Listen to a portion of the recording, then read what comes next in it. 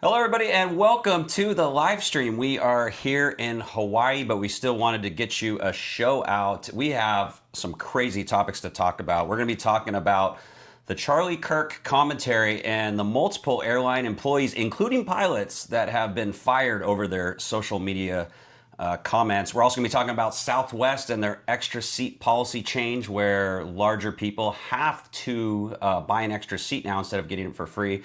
And a new university study out of Waterloo says that women pilots handle stress better than males. So we really picked a non-controversial topics, right, for today. So we're going to get into all of that and more. Let's roll the intro and get started. Ladies and gentlemen, it's time to take off with Garybpilot. Let's go! All right, welcome. As I said, we are in Hawaii for a wedding, but we still wanted to get you guys a show. We really like doing these. It's a lot of fun. Crazy topics. How are you feeling today, Shay? I'm good. Okay, well, we're going to get into the first one that is super controversial. This is like wild beyond belief. And I just want to make it clear, we're just covering this as like news topics, and everything is a headline. Yeah, this is just there. And I'm going to do my best to keep my opinions and like my personal opinions and like to get as less political. I mean, obviously it's impossible to like not get completely regardless of the topic though. Right. Even with our last show, like everything was just based on an article, what we read, and we try to give our insight, but not share our opinions. But I will say this. This is where I'm just going to make my position clear and then kind of cover the topics. Yeah. Is that I don't care if you are left or right. I don't care if I disagree with you on every single topic. If you either celebrate somebody's death or you can't just unequivocally like condemn violence, then like I just don't have any space for you in my life. Like that's it. Because we can disagree with everything. And to be fair, like, and I'll get into this in a second, because I posted this on Instagram and I lost 1,000 followers because I shared a post that said violence is never the answer on either side. And I got so much hate. And to be fair though, a lot of liberals said, I agree, I'm about as liberal as I get, but this is horrific like that. And like, once we're there, that's all we need. But let's just get into the topics, and after that. So this is now coming across the airlines, including major airlines such as Delta and other major airlines, that employees, including pilots, are getting fired for their social media posts. And this is just wild to read some of these because, so like, let's go into some of the first ones I've seen on Twitter. So this is from Milo, which that's a whole different topic, but I take some of what he says with a grain of salt, but he claims that he got the SkyWest pilot fired. Just people posting very insensitive content over the passing of someone. Well, and that it's how horrific. And because, as I said, people don't even know a lot of people don't know my personal views, but I'm not, as you know, I'm not a hardcore Trump. I'm not left or right. If you have to put me in a box, I'm libertarian. So that's just so you know my bias. So some issues I lean left, some issues I lean right. But the thing is like we can all agree that this kind of stuff should just be like absolutely condemned. And so like I'm looking at these posts and like there's literally right here an official tracker, somebody on Twitter. It says 658 people so far have been fired for celebrating Charlie Kirk. Not just in the airlines, just.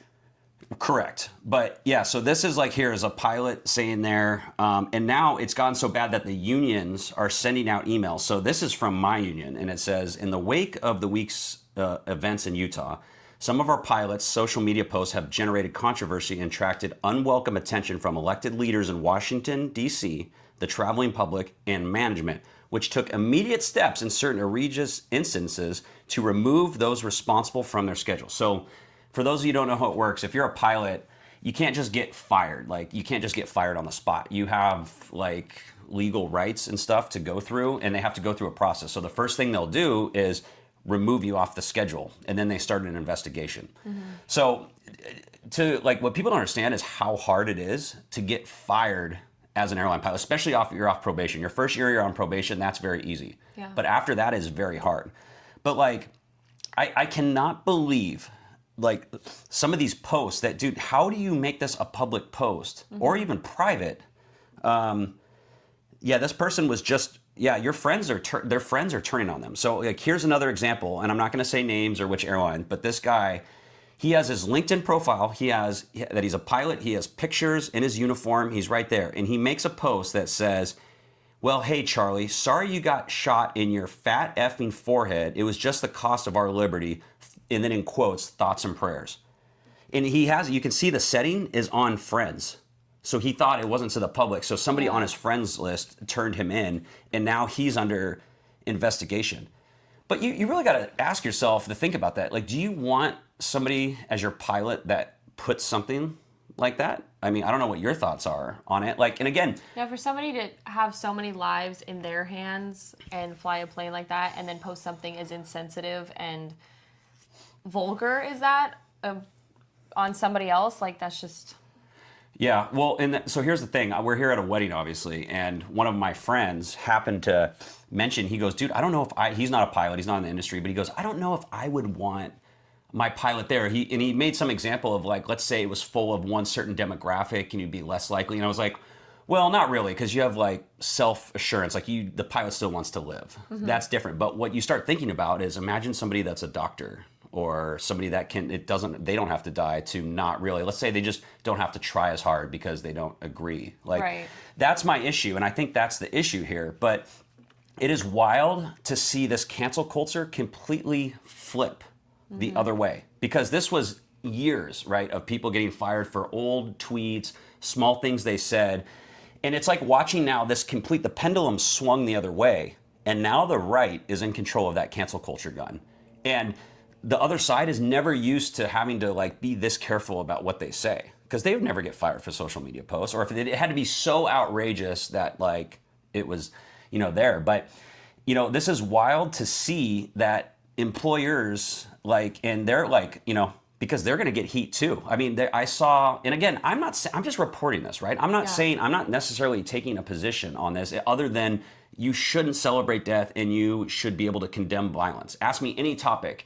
What's happening with that, the Democratic, the congressperson that got shot with her family. Horrific. Like, and I even made a post. Shootings. Yeah, school shootings. I made a post about that. Like, it shouldn't matter the topic. It shouldn't be a caveat. Like, yes, but. Ask me a question, it's horrible. Yeah, I condemn it. Like, it should be that simple. But even now, I think Marco Rubio said they're going to start denying people's visas or people that want to come into the country that have made fun of this post. Now, that's like a very, like, like I said, this is where you start getting a very blurred line between First Amendment versus, like, what is slander or call to violence. There's some people said, I saw a horrific post that said, his wife and kids should be next. Like, that's like a call to violence. Yeah. And so that's not exercising your right of freedom of speech. Right. That's just horrible. Well, that's like the old debate. They said you can't yell fire in a crowded theater because it's not because you're saying your opinion. It's because you're literally a call to action could trample people to death. But bomb on an airplane. Yeah, exactly. So this is like stuff that is like your free speech goes to a limit, but it's not about your opinion. It's about, like, your call to action. But it's crazy to see this on the other side. You have government officials now saying they're going to deny people into the country for, for having an opinion. I mean, it's happening to the smallest extent that it can. Like, even, for example, the Office Depot employees are being fired because they simply wouldn't print pictures of Charlie Kirk because of their opinions of the matter. Yeah. And those employees have been removed from their establishment, so... Yeah, no, I know, and this is even Delta said in a post. They said this went way beyond a healthy, respectful debate. Yeah. And because that's where I'm at.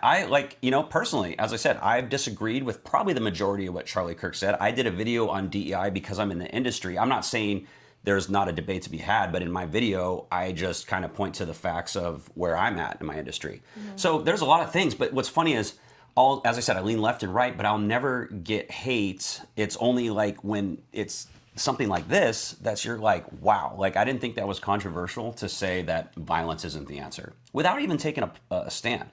But unfortunately, in this country, we've gotten so into, like, you're either camp A or camp B, and there is no in between. No in between. It's like, is anybody capable of having, like, a thought for themselves of, like, okay, could be there. But, that's the debate. I'd ask you guys, what is that? Do you think that's acceptable? Do you think that, like, where do some of these contexts, like, how far do you think it's acceptable to make your opinion versus, like, actually getting fired versus, like, even some of these people want, like, criminal charges? I mean, I don't know.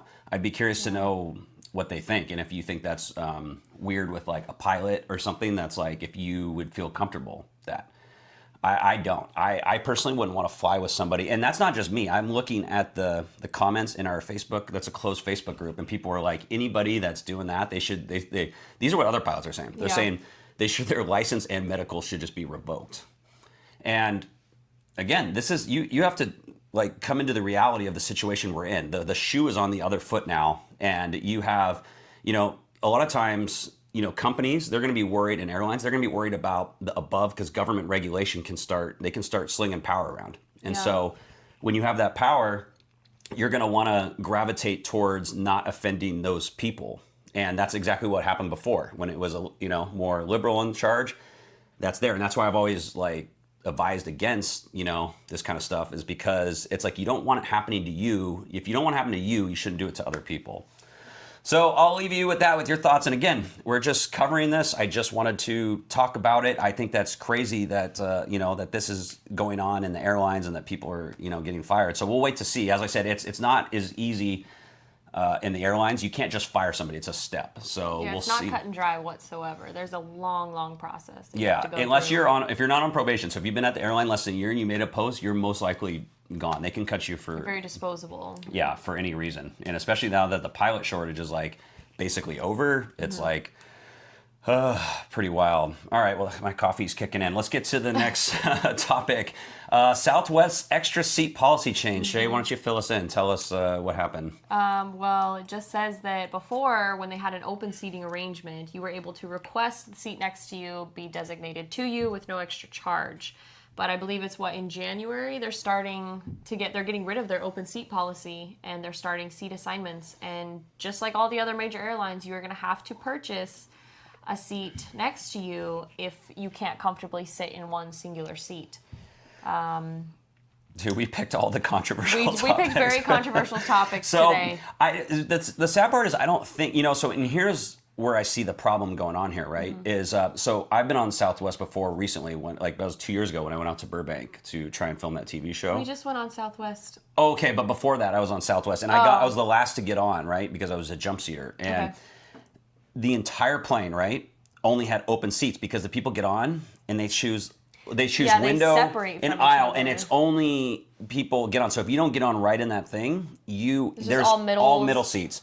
So you're going down the row. So now imagine you walk by somebody that's larger and that's in there. You're automatically going to pick a different seat unless that's the last one. So I walked up and down the aisle, and it was the most awkward thing ever because I realized now I have to ask somebody to pick that middle seat, and it's all there. And so I finally pick two people. There's a woman in the window and a guy in the aisle. They were normal size, but I found out they were a married couple. And they wanted to sit separately. And they wanted to sit separate. So they allowed me to sit in the middle. And I'm like, you and I would never do that. I would never do that we would take that. We make every effort we can, even flying standby, politely, to try and sit next to each other if we can.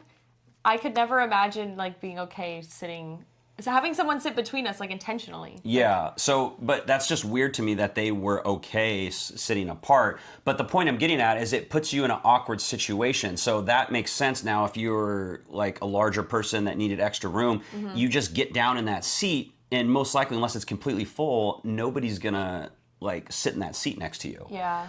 But if you're gonna go to assigned seating, it's just one of those things. I think all of us have been there where you're in a seat and you're just like, dude, this is my area, and you are completely into my side. And this is a long debate about that. And I think the debate just comes down to whether they should pay for it or not. I mean, I'm more, obviously, very, very small. You look kind of big to me. Oh, thank you. I've been asked to move seats on an airplane. I had purchased a ticket, and I've been asked to move to sit between two larger people, and the handrails were up, so they were both in my seat, but because I was small enough to technically fit comfortably, I had to sit between them. And it's just two people. And it's two people. So you didn't have it from one both the armrests side. had to be up. Oh, and I was asked to sit in between. I mean, obviously, I was young enough to not understand the circumstances as to why I had to be moved. Oh, this is a long time ago when you were in high school or something? Yeah. It was was that Southwest? No, this was actually, I think I flew United. Oh, okay. See, and that's just the thing. It's like it's just impolite. Like somebody that's like, you know. And again, I'm not even trying to be. It's no way say about whatever your decisions are your decisions and whatever. Like it's your business. But like when you literally encroach into your space and you're paying for a seat, right? I guess you have less room to complain if you're on standby. Yeah. But if you're paying for a seat, right? For this is for the normal people. If you're paying for a seat and they pay for a seat, but they're encroaching into yours, it's like, dude, why should I have to pay for 60% of my chair when I'm getting like this, you know? Well, that's the issue. If you have someone who can't sit comfortably in one seat and has to lay over into like the other seat, then now you have that person that can't fit comfortably in their seat. And it almost like is eventually going to kind of trickle down, because what does that person have to do, like, to accommodate to the matter? But I mean, so basically they're just aligning with the major airlines now, because obviously, I mean, the question would be, I wonder what made this change. They've had this policy for a long time, and I wonder why Southwest finally decided to change. It's like, I don't know if, I mean, I do see the obesity rates getting bigger every year. So, I mean, like, it's maybe that, maybe it's people complaining, maybe it's, you know, this cheap, like, really low-cost carrier model is starting to go away, as we can see that right now with the, like, Spirit. Struggling and stuff. So it'd be interesting to see. We want to know your thoughts. Is that, should you have to buy an extra seat? Should you, like, you know, I get the idea of accommodating, but, you know, you got a business to run. So I mean, I saw a meme though, I don't know if I could find it, that said, if people have to pay for an extra seat, but if smaller people don't take up their seat, can they pay half price for if they don't have to use it? But, I mean, yeah, right. Like, and here's the thing. Here's the other part that people don't realize, and most people, like, this goes right over their head. But I can tell you as a pilot that every pound, literally, that goes up on the plane costs the airline. I mean, it's like 100x on fuel. So, as an example, right, when airlines first went from these big books, we would carry these big, huge briefcases of our Jeppesen books. Oh, yeah. You know, and the thing would weigh 5 to 10 pounds.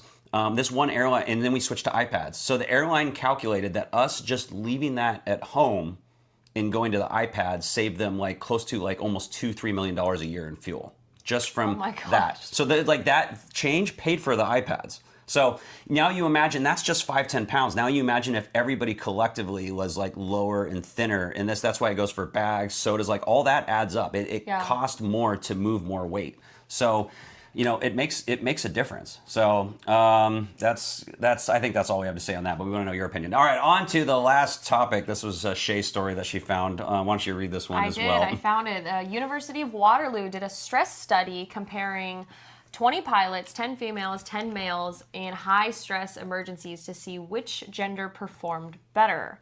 Apparently, this was only done in general aviation, and they did not release the ages or the experience level of either sides of the pilots, but the conclusion was that females performed better under pressure. They were given the same situations, the same instruments, and they basically just did it to see, the cognitive ability of female and male pilots. I would like to know, though, what the ages were of everybody and their experience level. You know what's funny is because, like, I'm probably going to throw a curveball here and come out of the left field that nobody's going to expect, but I am going to believe it and say I can actually believe it. Really? Yes, and here's why. I feel like guys are just programmed just to lose our ish a lot quicker. Like, look at me at the rental car yesterday. I was like ready to lose it. No comment. You held yourself all there. We had a rental car. I'm like, go for a walk. I'll deal with it. It's okay. Yeah, we had a rental car checked in here in Hawaii. We were like, we had the checked in online. It was supposed to be picked up. So we didn't get the info on the stall to pick up. So then we wait in this long line, and they tell us to go back to another line because we weren't gold members when they could have just told us to stall. And I was the email had said our car was ready for pickup. It said walk to the parking lot. It just didn't give us a stall number. All we asked was where we could find the stall number. She said we had to go back to check in and restart the process. He's over here about to lose his shit. And I'm just like, just go for a walk. I'll figure it out. Yeah. And what's funny is I'm just really we got it figured out. But you're the one to but I feel like that's a normal thing. Like women hold it together. Like even there's a comedy clip of Bill Burr where he was telling his girl that losing your ish is part of the process when you're trying to put together something for IKEA. Yeah. So in a sense, I can sort of get it, but I will say 20 pilots is not a very high study. It's not enough to create a legitimate statistic. Right. But it's interesting. Like, I'd be curious to know. And the only thing it specified was that they were not student pilots, but they were far from being airline captains. That's what it phrased it as. Right. Nobody's in commercial aviation, and it actually, I don't think it even specified if they're instrument rated. It's very vague. But here's what I will say, and here's the one thing that, like, this is where I go against a lot of, I guess you'd say the conservative viewpoint in a sense, is that typically when I fly with women, and this is typically because